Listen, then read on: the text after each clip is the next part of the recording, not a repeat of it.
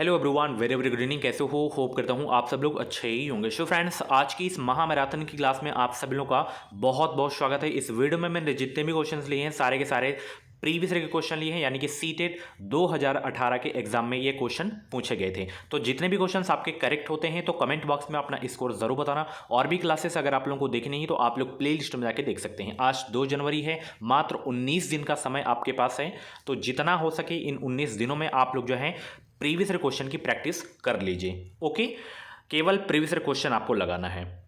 चलिए, एक बार फिर से सभी का स्वागत है आज की इस वीडियो में।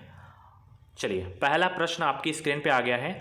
आनुवंशिकता और पर्यावरण की भूमिका के बारे में निम्नलिखित में से कौन सा कथन सत्य है? पहला कथन क्या है कि विकास के कुछ पहलू आनुवंशिकता और कुछ अन्य पर्यावरण से जो है अधिक प्रभावित होते हैं। दूसरा क्या है, सीखने और प्रदर्शन करने की एक बच्चे की क्षमता जीनों द्वारा जो है पूरी तरह से निर्धारित की जाती है। तीसरा कथन क्या है कि अच्छी देखभाल और पौष्टिक आहार बच्चे के किसी भी जन्मजात विकार को दूर कर सकता है। चौथा कथन क्या है कि पर्यावरण केवल बच्चे के भाषा विकास में महत्वपूर्ण भूमिका निभाता है। प्रश्न को एक बार फिर से पढ़िए कि आनुवंशिकता और पर्यावरण की भूमिका के बारे में निम्नलिखित में से कौन सा कथन सही है? देखिए, यहाँ पे जो आपका पहला कथन है कि विकास के कुछ पहलू आनुवंशिकता और कुछ अन्य पर्यावरण से अधिक प्रभावित होते हैं, तो यहाँ पे पहला वाला ही आपका सही हो जाएगा। ओके, चलिए, बहुत अच्छे। देखिए, केवल आपको जो है जो सीटेट के एग्जाम में क्वेश्चन पूछे गए हैं उन्हीं क्वेश्चनों की आपको जो है प्रैक्टिस करनी है। जो टेट में पूछे गए हैं उनकी प्रैक्टिस नहीं करना है आपको। ओके, मैं सारे के सारे क्वेश्चन करवा दूंगा और एसएसटी की भी बहुत ही जल्द क्लास होगी, आप लोग परेशान मत होइए। डेली में 2 वीडियो दूंगा आप। ओके ना? चलिए, वीडियो को लाइक कर दीजिए। दूसरा प्रश्न है, निम्नलिखित में से कौन सा कथन पियाजे के सिद्धांत के अनुसार कहा नहीं जा सकता है? कथन देखिए, फिर आप लोग बताइए कि पियाजे के द्वारा कौन सा कथन नहीं कहा जा सकता है। विकास गुणात्मक चरणों में होता है। बच्चे जो है अपनी दुनिया के बारे में ज्ञान का निर्माण और उपयोग करते हैं। निरंतर अभ्यास से अधिगम होता है। बच्चे अपने पर्यावरण पर क्रिया करते हैं। तो राइट आंसर क्या होगा? फटाफट आंसर देने का प्रयास करेंगे सब लोग, दूसरा का जवाब देने का प्रयास करेंगे। निम्नलिखित में से कौन सा कथन पियाजे के सिद्धांत के अनुसार कहा नहीं जा सकता? देखिए, इसमें देखिए पहला वाला कहा जा सकता है कि विकासात्मक जो है गुणात्मक चरणों में होता है। दूसरा भी कहा जा सकता है, तीसरा नहीं कहा जा सकता है, चौथा कहा जा सकता है। यहाँ पे आपका सी वाला बिल्कुल करेक्ट हो जाएगा। अगला प्रश्न आपकी स्क्रीन पे है, निम्नलिखित में से कौन सी जो है पूर्व संक्रियात्मक विचार की एक सीमा नहीं है? ध्यान केंद्रित करने की प्रवृत्ति, या प्रतीकात्मक विचार का विकास, या अहम मान्यता, या अनुक्रमणिकता? बताइए, तीसरा का जवाब देने का प्रयास करेंगे सब लोग। फटाफट क्वेश्चन की प्रैक्टिस करेंगे आप लोग और खुद से आपके पास जैसे कोई भी प्रीवियस ईयर पेपर की बुक होगी तो उसमें आप लोग लगाया करें जब, तो उसमें जब जितने क्वेश्चन लगाते हैं आप, कितने क्वेश्चन गलत हुए कितने सही हुए, तो उसका एनालाइज ज़रूर किया करें आप लोग, कहाँ हमारी गलतियाँ हो रही हैं। तो ये चीज़ें ज़रूर किया करें आप लोग। तो यहाँ पे तीसरा का जवाब दीजिए कि निम्नलिखित में से कौन सी जो है पूर्व संक्रियात्मक विचार की एक सीमा नहीं है इसमें? तो इसमें देखिए ये वाली, जैसे आपका ध्यान केंद्रित करने की प्रवृत्ति, ये है, ये है, ये है, ये वाला आपका नहीं है कि प्रतीकात्मक विचार का विकास, ये आपका एक सीमा नहीं है विचार की। यहाँ पे ऑप्शन बी करेक्ट हो जाएगा। चलिए, बहुत अच्छे। इस बार बेहतरीन स्कोर करना है तो अभी के अभी एजुकेशन मिसाइल यूट्यूब चैनल को सब्सक्राइब कर लीजिए। आगे यूपी टेट की भी तैयारी इस चैनल से आप लोग जो है कर सकते हैं, बिल्कुल फ्री में तैयारी करवाई जाएगी। चलिए, अगला प्रश्न है, किसके अलावा निम्नलिखित कारणों से जो है खेल युवा बच्चों के विकास में एक महत्वपूर्ण भूमिका निभाता है? किसके अलावा? वे अपने शरीर पर जो है निपुणता प्राप्त करते हैं, यह उनकी इंद्रियों को जो है उत्तेजित करता है, यह समय बिताने का एक सुखद तरीका है, वे नए कौशल हासिल करते हैं और सीखते हैं कि उन्हें कब उपयोग किया जाए। तो क्वेश्चन को फिर से रीड करें आप लोग कि किसके अलावा निम्नलिखित कारणों से जो है खेल युवा बच्चों के विकास में एक महत्वपूर्ण भूमिका निभाता है? 4 का जवाब देने का प्रयास करेंगे सब लोग। बहुत अच्छे, सभी को गुड इवनिंग, सभी को गुड इवनिंग। चलिए, सभी लोग 4 का जवाब देने का प्रयास करेंगे कि किसके अलावा निम्नलिखित कारणों से खेल युवा बच्चों के विकास में एक महत्वपूर्ण भूमिका निभाता है। तो यहाँ पे अगर हम बात करें ये वाला, जैसे यह समय बिताने का एक सुखद तरीका है, तो ये आपका गलत हो जाएगा इसमें। ठीक है, चलिए, बहुत अच्छे। अगला प्रश्न आपकी स्क्रीन पे है, निम्नलिखित में से कौन सा प्रश्न बच्चों को गंभीर रूप से जो है सोचने के लिए आमंत्रित करता है? वो कौन सा प्रश्न है बताइए, जो बच्चों को गंभीर रूप से सोचने के लिए जो है आमंत्रित करता है? क्या आप इसका उत्तर जानते हैं? सही जवाब क्या है? क्या आप इसी तरह की स्थिति के बारे में सोच सकते हैं? विभिन्न तरीकों से हम कैसे हल कर सकते हैं? 5 का जवाब देने का प्रयास करेंगे फटाफट। ये तो गंभीर रूप से सोचने को आमंत्रित नहीं कर रहा है, ना ही ये वाला ऑप्शन, नहीं ये वाला ऑप्शन है कि विभिन्न तरीकों से हम कैसे इसे हल कर सकते हैं। ये जो है बच्चों को गंभीर रूप से सोचने के लिए आमंत्रित करता है, ये वाला प्रश्न, विभिन्न तरीकों से हम इसे कैसे हल कर सकते हैं। 5 का डी आपका बिल्कुल करेक्ट हो जाएगा। सभी से रिक्वेस्ट है वीडियो को लाइक ज़रूर कर देना, चलिए शेयर कर देना ताकि सभी बच्चों को हेल्प मिल सके। जिनके पास भी प्रीवियस पेपर के जो है बुक नहीं है तो आप लोग हमारे चैनल से जो है अपनी क्वेश्चन की प्रैक्टिस कर सकते हैं। ओके, चलिए निम्नलिखित में से कौन सा विकल्प प्रगतिशील शिक्षा का सबसे अच्छा वर्णन करता है। इसकी पीडीएफ चाहिए तो टेलीग्राम ग्रुप से प्राप्त कर सकते हैं। टेलीग्राम ग्रुप का नाम है एजुकेशन मिसाइल, लिंक वीडियो को डिस्क्रिप्शन बॉक्स में दे दिया हूं। बताइए निम्नलिखित में से कौन सा विकल्प जो है प्रगतिशील शिक्षा का सबसे अच्छा वर्णन करता है। करके सीखना, परियोजना विधि, या सहयोग से सीखना, या थीमेटिक इकाइयाँ, नियमित इकाई परीक्षण, रैंकिंग, या व्यक्तिगत अधिगम क्षमता समूह बताना, या छात्रों को जो है लेबलिंग, या परियोजना विधि, क्षमता समूह बनाना, या रैंकिंग। 6 का जवाब देने का प्रयास करेंगे सब लोग। निम्नलिखित में से कौन सा विकल्प जो है प्रगतिशील शिक्षा का सबसे अच्छा वर्णन करता है। ये वाला करके सीखना, परियोजना विधि, सहयोग से सीखना, ये विकल्प जो है आपका प्रगतिशील शिक्षा का सबसे अच्छा वर्णन करता है। 6 का ए आपका बिल्कुल करेक्ट हो जाएगा। चलिए बहुत अच्छे। अगला प्रश्न है प्रगतिशील शिक्षा के बारे में निम्नलिखित में से कौन सा कथन बताता है कि शिक्षा स्वयं ही जीवन है।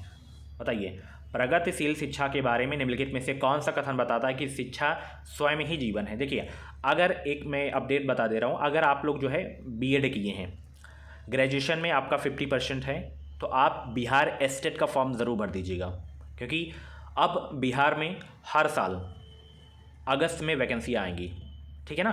तो आप भर दीजिए। आज जो है एस्टेट की जो है लास्ट डेट है। बीएड अगर आपका है तो अपेयरिंग वाले नहीं भर पाएंगे। आपका बीएड कंप्लीट है और साथ ही ग्रेजुएशन में आपका जो है 50% है तो आप जो है टीजीटी वाले के लिए अप्लाई कर सकते हैं। अगर आपका पीजीटी है और साथ ही बीएड भी है तो आप जो है दोनों पेपर में भर सकते हैं, जैसे टीजीटी पीजीटी दोनों के लिए अप्लाई कर सकते हैं, ठीक है। चलिए प्रगतिशील शिक्षा के बारे में निम्नलिखित में से कौन सा कथन बताता है कि शिक्षा स्वयं ही जीवन है। डियर आपको जो ऑप्शन दिख रहा है सी वाला, कि स्कूलों में शिक्षा सामाजिक और प्राकृतिक दुनिया को प्रतिबिंबित करे, ये आपका जो है कथन बताता है कि शिक्षा स्वयं ही जीवन है। 7 का सी आपका बिल्कुल करेक्ट हो जाएगा। अगला प्रश्न आपकी स्क्रीन पे है कोहलबर्ग के सिद्धांत के योगदान के रूप में निम्नलिखित में से किसे माना जाता है। फटाफट आंसर देंगे सब लोग। 8वां का जवाब देने का प्रयास करेंगे। कोहलबर्ग के सिद्धांत के योगदान के रूप में निम्नलिखित में से किसे माना जाता है। 8वां का जवाब देने का प्रयास करेंगे सब लोग। बहुत अच्छे। कोहलबर्ग के सिद्धांत के योगदान के रूप में निम्नलिखित में से किसे माना जाता है।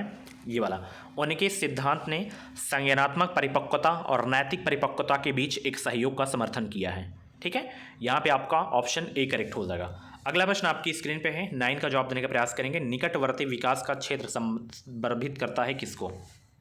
बताइए निकटवर्ती विकास का क्षेत्र संदर्भित करता है उस चरण को जब अधिगम विकास संभव हो, या जो है उस विकासात्मक चरण को जब बच्चा जो है सीखने की पूरी जिम्मेदारी लेता है, या एक संदर्भ को जिसमें बच्चे सहयोग के सही स्तर के साथ कोई कार्य लगभग स्वयं कर सकते हैं, या उस सीखने के बिंदु को जब सहयोग वापस लिया जा सकता है। 9 का जवाब देने का प्रयास करेंगे। फटाफट आंसर देंगे सब लोग। तो यहाँ पे 9 का ऑप्शन सी करेक्ट हो जाएगा। चलिए बहुत अच्छे। अगला प्रश्न आपकी स्क्रीन पे आ गया है। एक उभयलिंगी व्यक्तित्व क्या करता है। बताइए एक उभयलिंगी व्यक्तित्व क्या करता है। 10 का जवाब दीजिए सभी लोग। सभी को एक बार फिर से गुड इवनिंग। कल से आपकी जो है 3 क्लास होगी। एक मॉर्निंग में 9 से 9:30 पे, उसके बाद आपकी जो है क्लास होगी दोपहर में 2 से 2:30 बजे क्लास होगी। कल मैं टाइम फिक्स कर दूंगा। उसके बाद शाम 7 बजे आपकी क्लास होगी, ठीक है। चलिए शाम 7 बजे या शाम 6:30 बजे। एक उभयलिंगी व्यक्तित्व जो है में आमतौर पर माने गए मर्दाना और स्त्री गुणों का समायोजन होता है एक उभयलिंगी व्यक्तित्व में, ठीक है ना। यहाँ पे ऑप्शन बी करेक्ट हो जाएगा। अगला प्रश्न आपकी स्क्रीन पे आ गया है कि बच्चे डॉट डॉट को छोड़कर अन्य सभी के द्वारा लिंग भूमिकाएं ग्रहण करते हैं। किसको छोड़कर करते हैं बताइए। इसका ऑप्शन गायब हो गया डियर। ऑप्शन मैं आपको दिए दे रहा हूँ डियर। यहाँ पे देखिए प्रश्न क्या है कि बच्चे और किसको छोड़कर अन्य सभी के द्वारा लिंग भूमिकाएं ग्रहण करते हैं। यहाँ पे ऑप्शन में आपको दिख रहा हूँ, जैसे आपका यहाँ पे मीडिया हो गया और संस्कृति हो गया, अगला ऑप्शन आपका ट्यूशन हो गया। अगला ऑप्शन आपका जो है समाजीकरण हो गया। क्या हो गया? समाजीकरण। अब आप लोग बताइए कौन सा सही हो जाएगा कि बच्चे और किसको छोड़कर अन्य सभी के द्वारा जो है लिंग भूमिकाएं ग्रहण करते हैं? ट्यूशन को छोड़कर। ठीक है, यहाँ पे ऑप्शन बी वाला आपका करेक्ट हो जाएगा। ठीक है, चलिए अगला प्रश्न है, मानकीकृत परीक्षणों की आलोचनाओं में से एक यह है कि वे मुख्य रूप से मुख्यधारा की संस्कृति का जो है प्रतिनिधित्व करते हैं और इसलिए पक्षपाती हैं, या उनकी भाषा को समझना मुश्किल है, या जो है परीक्षण बड़ी आबादी पर लागू नहीं किए जा सकते, या वे बच्चे की क्षमता की स्पष्ट तस्वीर नहीं देते। 12 का जवाब देने का प्रयास करें सब लोग। मानकीकृत परीक्षणों की आलोचनाओं में से एक यह है कि वे मुख्य रूप से मुख्यधारा की संस्कृति का प्रतिनिधित्व करते हैं और इसलिए पक्षपाती हैं। 12 का ए आपका बिल्कुल करेक्ट हो जाएगा। अगला प्रश्न है, एकाधिक बुद्धिमानी का सिद्धांत कहता है कि बुद्धि तेजी से बढ़ाई जा सकती है, या बुद्धि कई प्रकार की हो सकती है, या पेपर पेंसिल परीक्षण सहायक नहीं है, या प्रभावी अध्यापन के द्वारा बुद्धि बढ़ाई जा सकती है। तो एकाधिक बुद्धिमानी का सिद्धांत कहता है कि क्या होगा? बताइए इसका राइट आंसर क्या होगा? 13 का जवाब दीजिए सब लोग।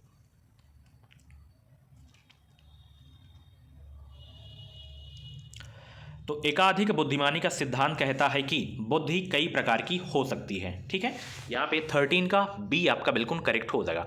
अगला प्रश्न आपकी स्क्रीन पे आ गया है कि शिक्षक जो है सीखने के लिए मूल्यांकन और सीखने के जो है मूल्यांकन दोनों का उपयोग कर सकते हैं बच्चों की प्रगति और उपलब्धि स्तर को जानने में, या बच्चे की जो है सीखने की ज़रूरतों को जानने में और तदनुसार शिक्षण रणनीति का चयन करने में, या आवधिक अंतरालों पर बच्चे के प्रदर्शन का आकलन करने और उसके प्रदर्शन को प्रमाणित करने में, या जो है बच्चों की प्रगति की निगरानी करने और उनके जो है सीखने के अंतराल को भरने के लिए उचित लक्ष्य निर्धारित करने में। फटाफट आंसर देंगे सब लोग। 14 का जवाब देने का प्रयास करेंगे। एक बार फिर से भाई सभी को गुड इवनिंग। लाइक की संख्या बहुत ही कम है, तो फटाफट वीडियो को लाइक कर दो, शेयर कर दो। चलिए 14 का जवाब देने का प्रयास करेंगे। यहाँ पे 14 का बहुत सारे बच्चे जो हैं ऑप्शन ए जवाब दे रहे हैं, उनका आंसर बिल्कुल सही हो जाएगा कि बच्चों की प्रगति और उपलब्धि स्तर को जानने में किया जाता है। यहाँ पे ए आपका करेक्ट हो जाएगा। निम्नलिखित में से कौन सा जो है सतत और व्यापक मूल्यांकन से संबंधित नहीं है? बताइए फटाफट। निम्नलिखित में से कौन सा सतत और व्यापक मूल्यांकन से संबंधित नहीं है? 15 का जवाब देने का प्रयास करेंगे सब लोग। बहुत अच्छे, सभी को गुड इवनिंग भाई, सभी को गुड इवनिंग। कुछ भी डाउट्स हैं सीटेट से रिलेटेड, टीचिंग एग्ज़ाम से रिलेटेड, तो आप कमेंट बॉक्स में अपना डाउट क्लियर कर सकते हैं।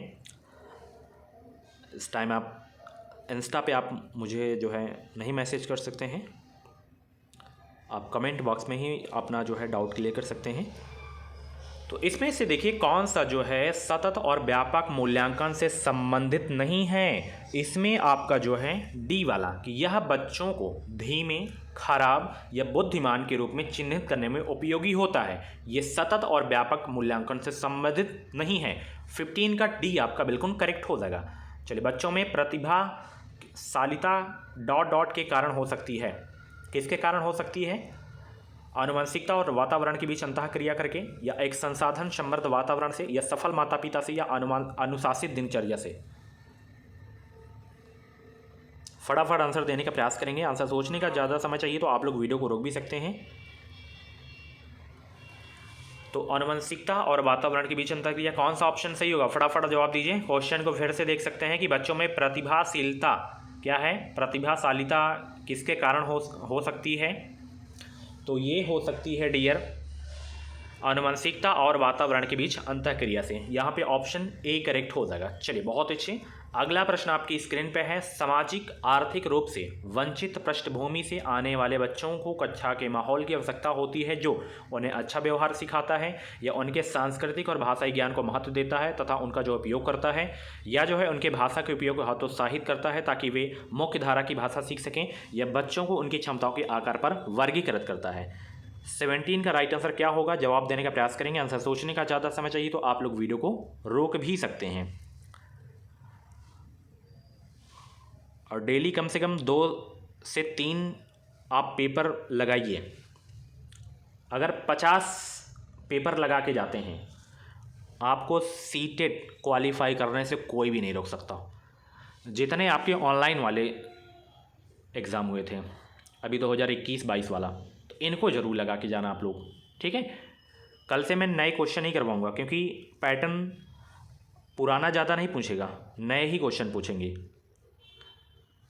चलिए यहाँ पे 17 का ऑप्शन बहुत सारे बच्चे जवाब दे रहे हैं बी, उनके सांस्कृतिक और भाषाई ज्ञान को महत्व देना तथा उनका उपयोग करना, बी करेक्ट हो जाएगा। चलिए, कक्षा में सृजनात्मक और प्रतिभाशीलता बच्चों के लिए जो है आवश्यक हस्तक्षेप निर्भर करता है किस पर, बताइए।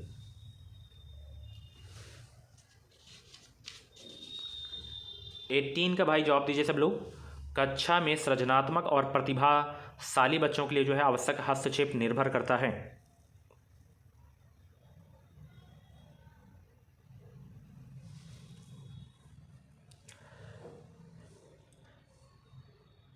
एटीन का ए आपका बिल्कुल करेक्ट हो जाएगा। शिक्षक द्वारा अनुकूलित और प्रेरक निर्देशन तरीके के उपयोग पर, ठीक है, किस पर निर्भर करता है, ये वाला ऑप्शन ए। अगला प्रश्न है, अति संवेदनशील बच्चों को सीखने में मदद करने के लिए निम्नलिखित में से कौन सा तरीका उपयुक्त तरीका नहीं है, बताइए। कौन सा नहीं भाई, फटाफट जवाब दीजिए सब लोग। 19 का जवाब देने का प्रयास करेंगे सब लोग। अति संवेदनशील बच्चों को सीखने में मदद करने के लिए निम्नलिखित में से कौन सा तरीका उपयुक्त तरीका नहीं है।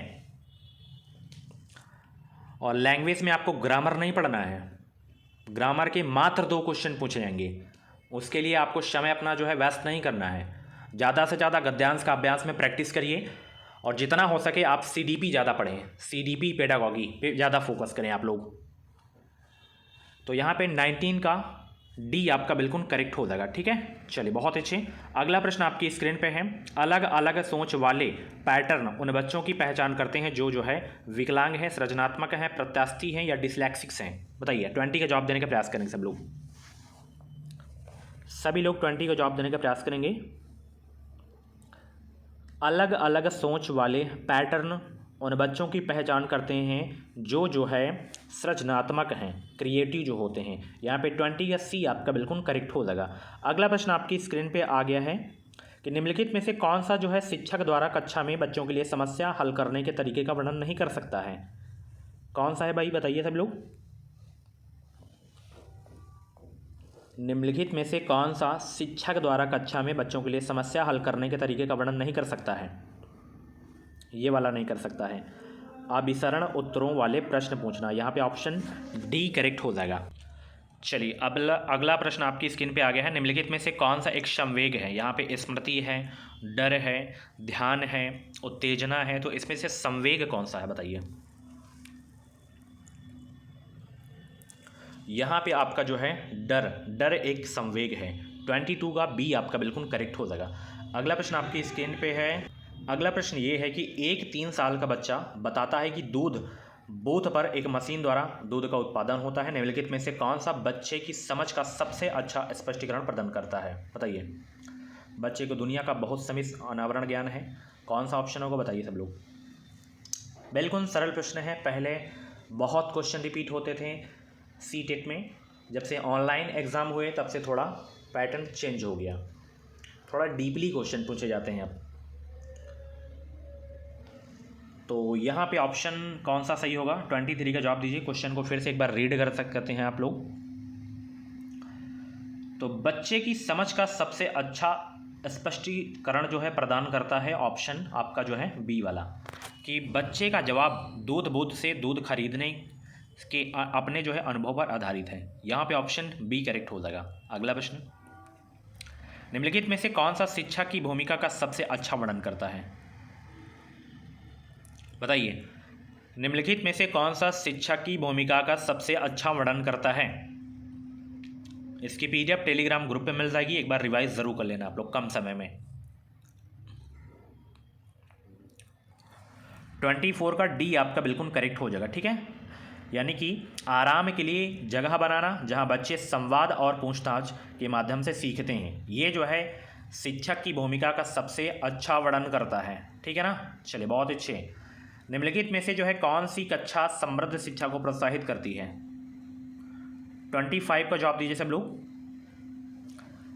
निम्नलिखित में से कौन सी कक्षा समृद्ध शिक्षा को प्रोत्साहित करती है।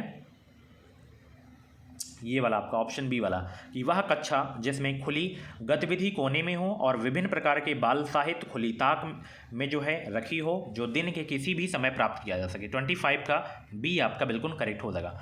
अगला प्रश्न 26 का जवाब देंगे, निम्नलिखित में से कौन सा कक्षा में पाठ्य पुस्तकों की भूमिका का सबसे अच्छा वर्णन करता है?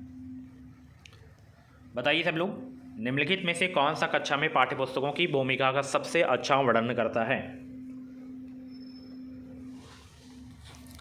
ये वाला, कि वे कक्षा में उपलब्ध संसाधन और संदर्भ सामग्री में से एक हैं। ये जो है पाठ्य पुस्तकों की भूमिका का सबसे अच्छा वर्णन करता है कक्षा में। ओके, चलिए बहुत अच्छे। राष्ट्रीय पाठ्य चर्चा फ्रेमवर्क यानी कि एनसीएफ 2005 ने अपनी समझ किससे प्राप्त की है? मानवतावाद से, व्यवहारवाद से, चनावाद से, संज्ञानात्मक सिद्धांत से। किसे प्राप्त किया है? 27 का जवाब देंगे सब लोग। एनसीएफ 2005 से कम 4 से 5 क्वेश्चन आपको देखने को मिलेंगे। एनसीएफ 2005 के बारे में ज़रूर से ज़रूर आप लोग पढ़ के जाना।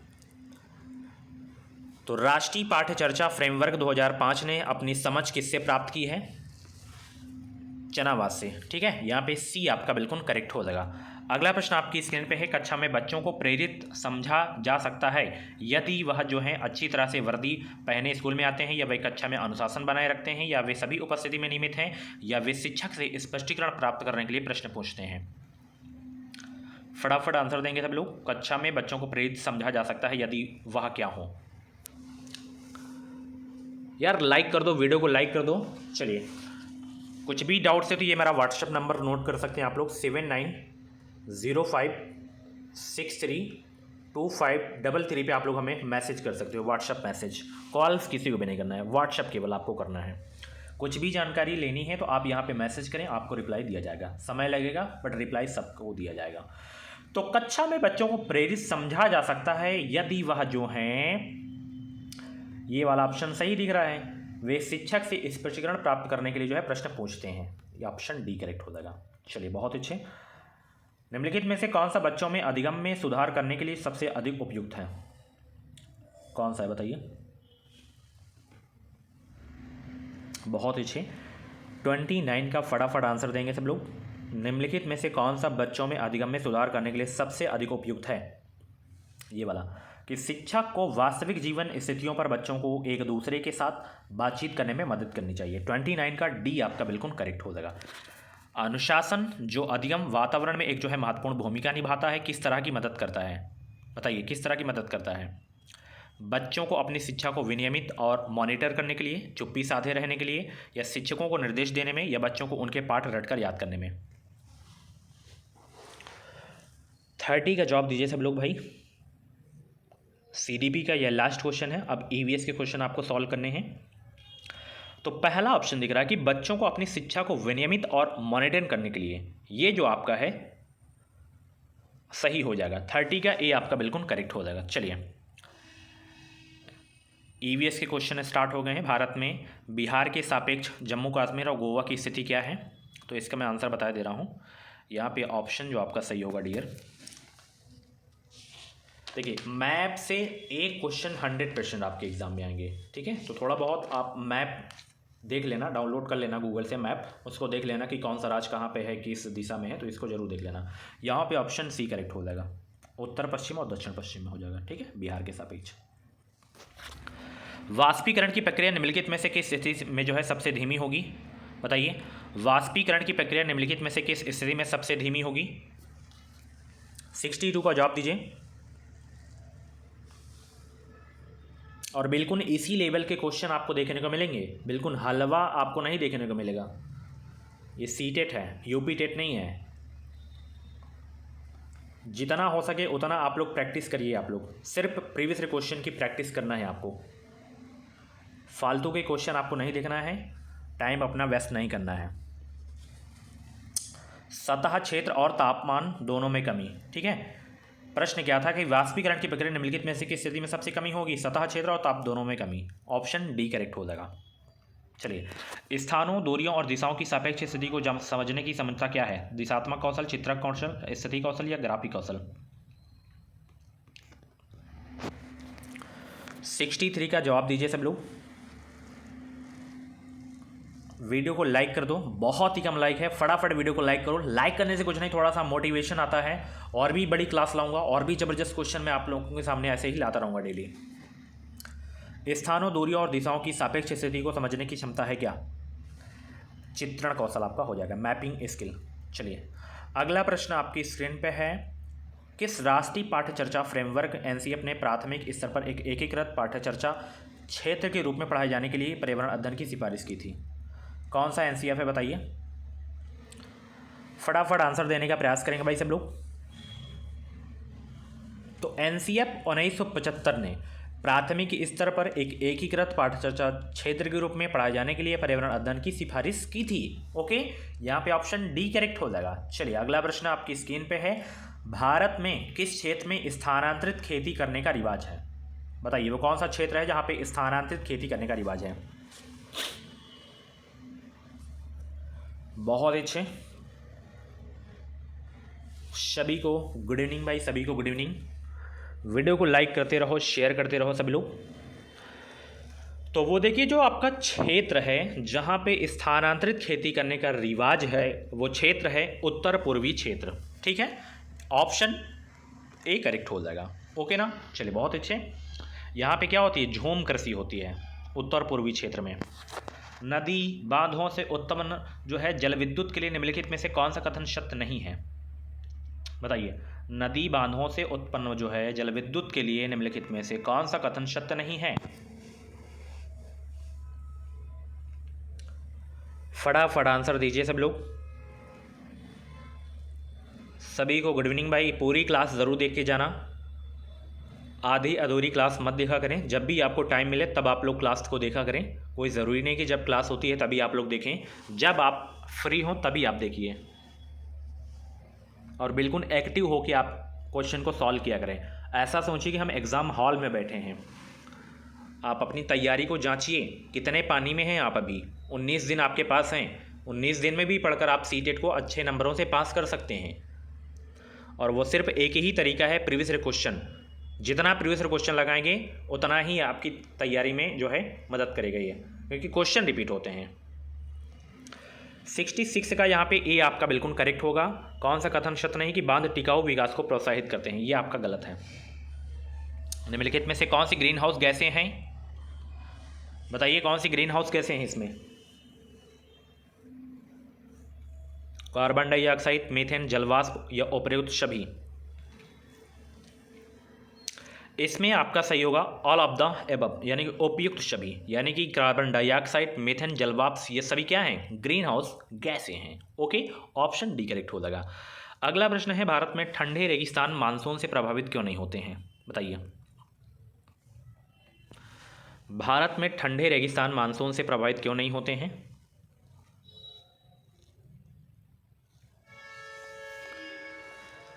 क्योंकि ठंडे रेगिस्तान हिमालय की वृष्टि छाया में होते हैं, इसलिए भारत में ठंडे रेगिस्तान मानसून से प्रभावित नहीं होते हैं। ऑप्शन बी करेक्ट हो जाएगा। अगला प्रश्न है, ताजमहल के पीले होने के लिए निम्नलिखित में से कौन सा जिम्मेदार है?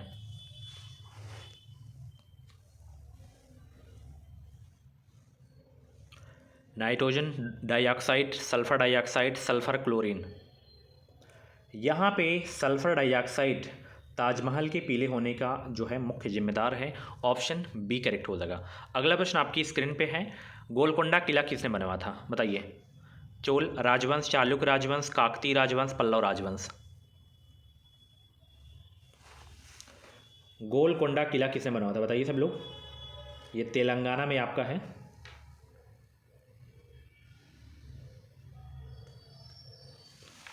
तो गोलकोंडा किला किसने बनवाया था? काकतीय राजवंश ने बनवाया था। ऑप्शन सी करेक्ट हो जाएगा। अगला प्रश्न है, यहाँ पे देखिएगा, 15 ग्राम ml घनत्व और 3 ml आयतन वाले किसी वस्तु का द्रव्यमान क्या होगा?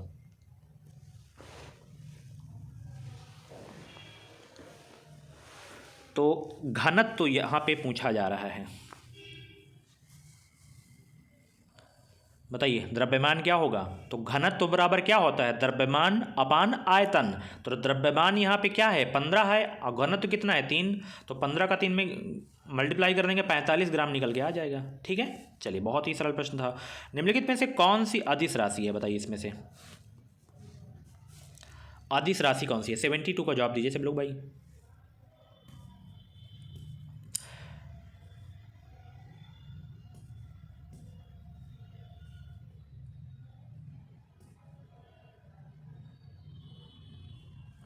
तो जिन राशियों में केवल परिमाण होता है, दिशा नहीं होता है, तो उन्हें क्या कहते हैं? अदिश राशि कहते हैं। जैसे आपका चाल हो गया, द्रव्यमान हो गया, दूरी हो गया, ये सब क्या है? अदिश राशि के उदाहरण हैं। ठीक है, यहाँ पे आपका कौन सा सही हो जाएगा?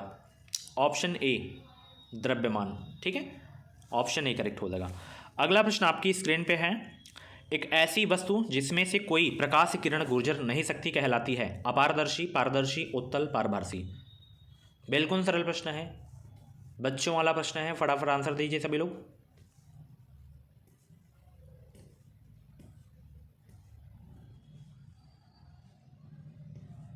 एक ऐसी वस्तु जिसमें से कोई प्रकाश किरण गुजर नहीं सकती वह कहलाती है क्या? अपारदर्शी कहलाती है। ठीक है, जैसे दीवार आपका हो गया, ये अपारदर्शी का उदाहरण है। ठीक है, पारदर्शी का उदाहरण जैसे आपका कांच हो गया। ठीक है, अगला प्रश्न आपकी स्क्रीन पे है, पृथ्वी की सतह पर किसी वस्तु का भार क्या होगा जिसका द्रव्यमान चंद्रमा की सतह पर 10 किलोग्राम है? बिल्कुल सरल प्रश्न है, फटाफट आंसर दीजिए। पृथ्वी की सतह पर किसी वस्तु का भार क्या होगा जिसका द्रव्यमान चंद्रमा की सतह पर 10 kg हो? तो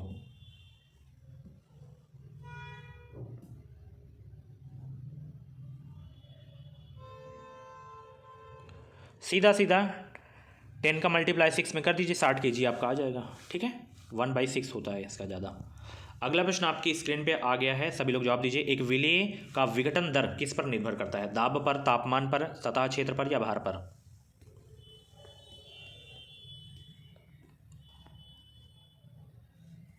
एक विलेय का विघटन दर किस पर निर्भर करता है? यह निर्भर करता है सतह क्षेत्र पर। ऑप्शन सी करेक्ट हो जाएगा, सरफेस एरिया। अगला प्रश्न है, सुषमा चाहती है कि उसके छात्रों को पेड़ों के संरक्षण के लिए संवेदनशील बनाया जाए। निम्नलिखित में से कौन सी जो है ऐसा करने की सबसे उपयुक्त रणनीति है? कक्षा में बहस आयोजित करना, समूह चर्चा, पोस्टर बनाना, या बच्चों को एक पौधों को अपनाने और पोषित करने में मदद करना?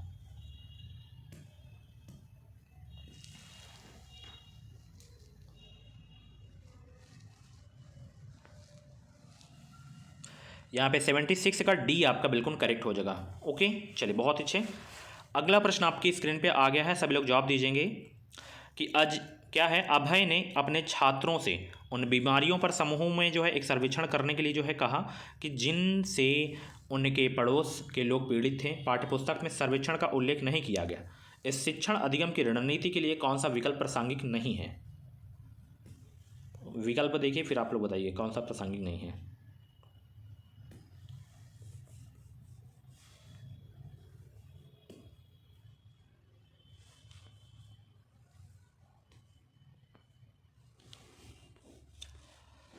सतहत्तर का ऑप्शन डी वाला सही हो जाएगा, ये वाला। इससे समुदाय को उन बीमारियों को समझने में मदद मिली जिनसे वो पीड़ित हैं। ठीक है, अगला प्रश्न आपकी स्क्रीन पे है, 78 का जवाब देंगे। बड़ा प्रश्न है कि आपातकालीन परिस्थितियों के बारे में बात करने के लिए, देखिए बड़े होते हैं, बिल्कुल सरल प्रश्न होते हैं ये, थोड़ा सा समय आपको देना पड़ेगा। 2 बार कम से कम क्वेश्चन को जरूर रीड किया करें और ऑप्शन को जरूर चेक किया करें, चारों ऑप्शन को। आपातकालीन परिस्थितियों के बारे में बात करने के लिए प्रिया ने जो है बच्चों के अनुभव पूछे। जब उन्हें कभी आपात स्थिति का सामना करना पड़ा, बच्चों ने आग, बिजली के झटके और सड़क दुर्घटनाओं के साथ अपने अनुभव सुनाए।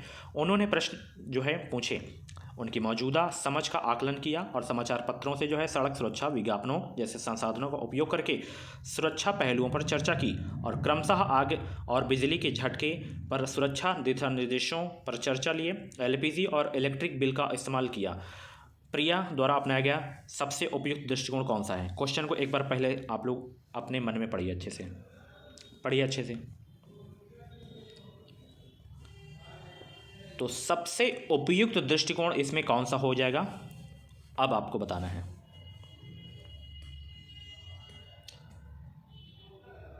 इंक्वायरी अप्रोच हो जाएगा इसमें, अन्वेषण दृष्टिकोण, सी आपका सही हो जाएगा सबसे उपयुक्त।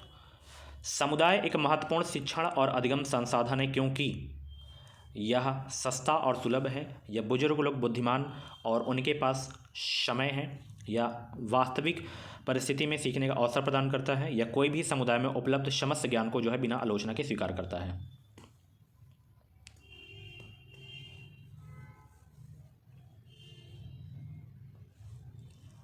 समुदाय एक महत्वपूर्ण शिक्षण और अधिगम संसाधन है, क्योंकि जो है यह वास्तविक परिस्थिति में सीखने का अवसर प्रदान करता है।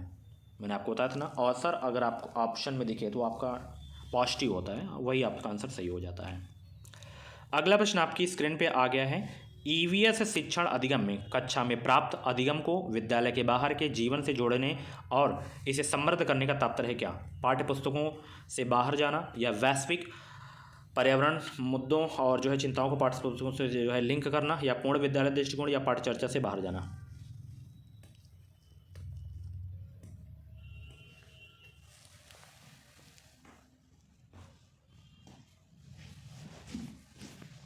अस्सी का जवाब दीजिए, फटाफट आंसर दीजिए। यहाँ पे ऑप्शन का ए वाला बिल्कुल करेक्ट हो जाएगा, पाठ्य पुस्तकों से बाहर जाना। कक्षा 3 के छात्रों को जो है रमा ने सिखाया कि पिता और माँ उनके बच्चे एकल परिवार का गठन करते हैं, और यदि दादा दादी एवं अन्य रिश्तेदार साथ रहते हैं तो यह एक विस्तारित परिवार है। आप इस बारे में क्या सोचते हैं? परिवार की परिभाषा गलत है, या रमा छात्रों के प्रति असंवेदनशील है, या जो है शिक्षण अधिगम दृष्टिकोण समावेशी नहीं है, या परिवार की अवधारणा को इसी तरह सिखाया जाना चाहिए।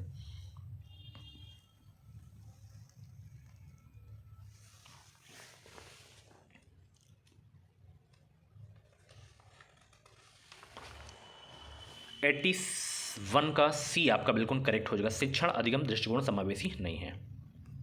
निम्नलिखित में से कौन सी ईवीएस कक्षा में गतिविधि है?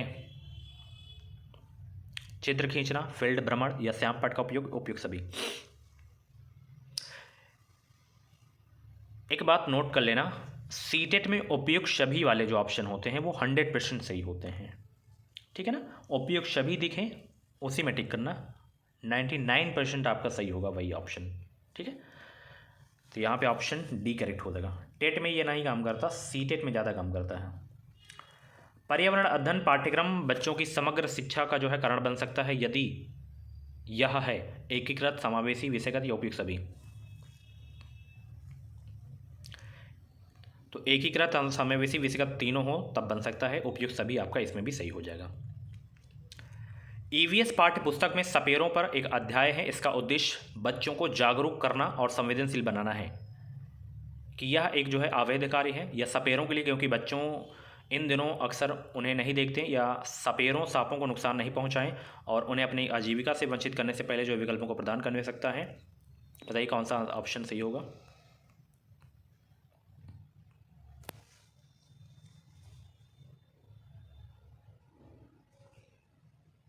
चौरासी या सी आपका बिल्कुल करेक्ट हो जाएगा।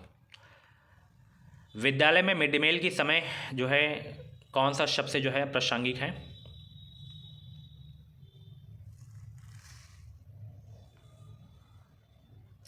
विद्यालय में मिड डे मील के समय के लिए कौन सा शब्द से प्रासंगिक है?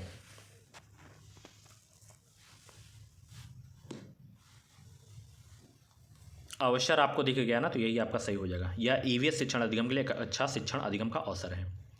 पर्यावरण अध्ययन के संदर्भ में बोझ के बिना सीखना क्या बताता है?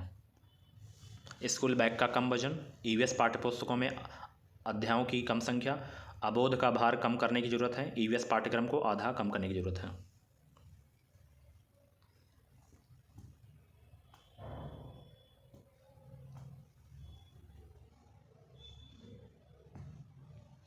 एट्टी 6 का सी आपका बिल्कुल करेक्ट हो जाएगा। पर्यावरण अध्ययन के संदर्भ में बोझ के बिना सीखना क्या बताता है कि अबोध का भार कम करने की जरूरत है। अगला प्रश्न आपकी स्क्रीन पे है। ईवीएस कक्षा में समूह में सीखने का उद्देश्य क्या है? लड़के और लड़कियां अलग सीख सकते हैं, या कम और उच्च प्रदर्शन करने वाले छात्रों को अलग अलग उपचारात्मक शिक्षण देना, या सहयोग के मूल्यों को लागू करने और एक साथ काम करने के लिए प्रत्येक बच्चे को सक्रिय रूप से भाग लेने और सीखने में सक्षम बनाना, या छात्रों को आसानी से प्रबंधित करना और वर्कलोड को कम करना।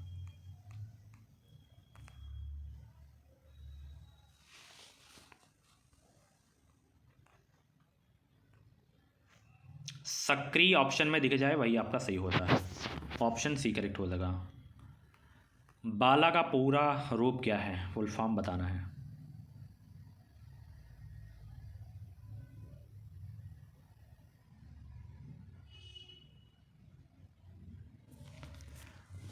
बिल्डिंग एज लर्निंग एट, ये आपका हो जाएगा अधिगम सहायक के रूप में बिल्डिंग। वैकल्पिक ढांचे का क्या अर्थ है?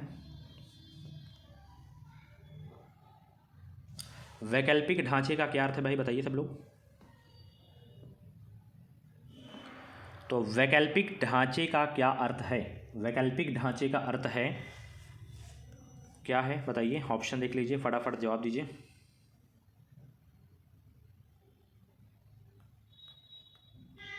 तो वैकल्पिक ढांचे का क्या अर्थ है? विचार, जो अवधारणाएं जो औपचारिक रूप से स्वीकृत स्पष्टीकरण से अलग हैं। अगला प्रश्न है, महिलाएं पुरुषों की तुलना में कमजोर हैं, यह एक क्या है? मिथक है, यह वैज्ञानिक तथ्य है, यह रूढ़िबद्ध धारणा है, यह अंधविश्वास। ये क्वेश्चन 100% कम से कम 3 से 4 क्वेश्चन आपको सीटेट में देखने को मिलेंगे। अगर इस क्वेश्चन को सही कर लिया आप लोग तो सीटेट में सारे के सारे क्वेश्चन आप लोग करके आएंगे, ये जो आपके क्वेश्चन आएंगे, ठीक है। तो इस क्वेश्चन का जवाब दीजिएगा, होमवर्क है आप लोगों के लिए। 90 का जवाब जो भी हो आप लोग जवाब दीजिएगा, ठीक है। तो ये थे आपके 60 क्वेश्चन CDP एंड EVS के। कितने क्वेश्चन आपके करेक्ट हुए हैं, अपना स्कोर जरूर बताना। क्लास कैसी लगी कमेंट बॉक्स में अपना फीडबैक ज़रूर देना। ऐसी ही डेली वीडियोस देखने के लिए एजुकेशन मिसाइल यूट्यूब चैनल को सब्सक्राइब कर लीजिए, ताकि जो भी क्लासेस आएँ उनका नोटिफिकेशन आपको टाइम टाइम से मिलता रहे। Bye bye, take care. Video को लाइक कर देना, 100+ लाइक आज इस वीडियो में होनी चाहिए। Thank you so much, thanks for watching.